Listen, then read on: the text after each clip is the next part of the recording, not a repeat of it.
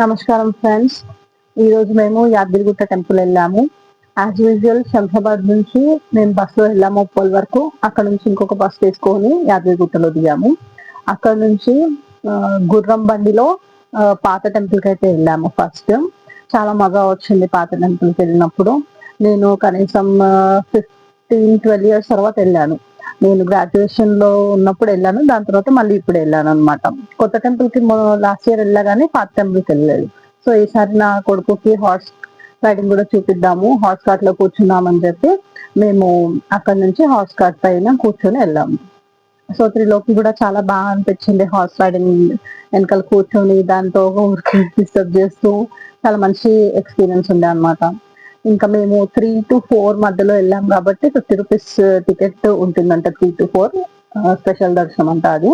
So మాకు no problem అని చెప్పి అక్కడ 50 రూపీస్ టికెట్ తీసుకొని లోపలికి వెళ్ళి దర్శనం చేసుకున్నాం. ఖాళీగా ఉండే, ఎవ్వరు లేరు.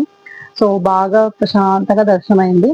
ఇంకా త్రిలోక్ ఉండేసి మమ్మ ఏ దేవుడు, నేను ఒక బుక్ చదివాను అనమాట, ప్రహ్లాదుడు.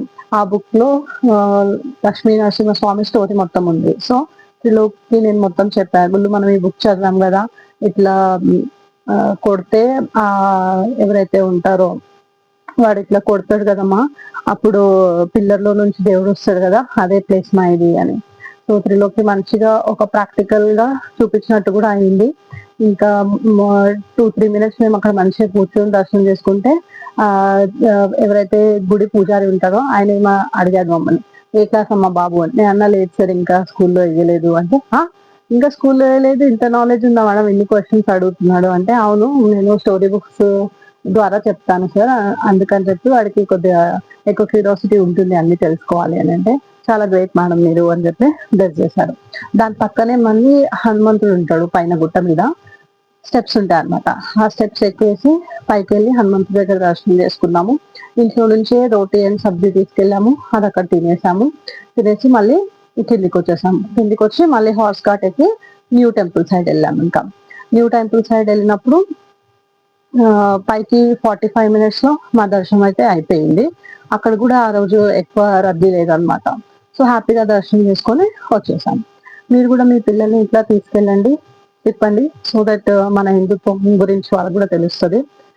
న్యూ టెంపుల్ లో ఏమైంది, త్రిలోక్ గట్టిగా చెప్పాడనమాట, గోవిందా గోవిందా అని చెప్పి. సో మొత్తం అక్కడ ఉన్న వాళ్ళందరూ వెనకాల తిరిగి చూస్తున్నారు, ఎవరు చెప్తున్నారు అని చెప్పి.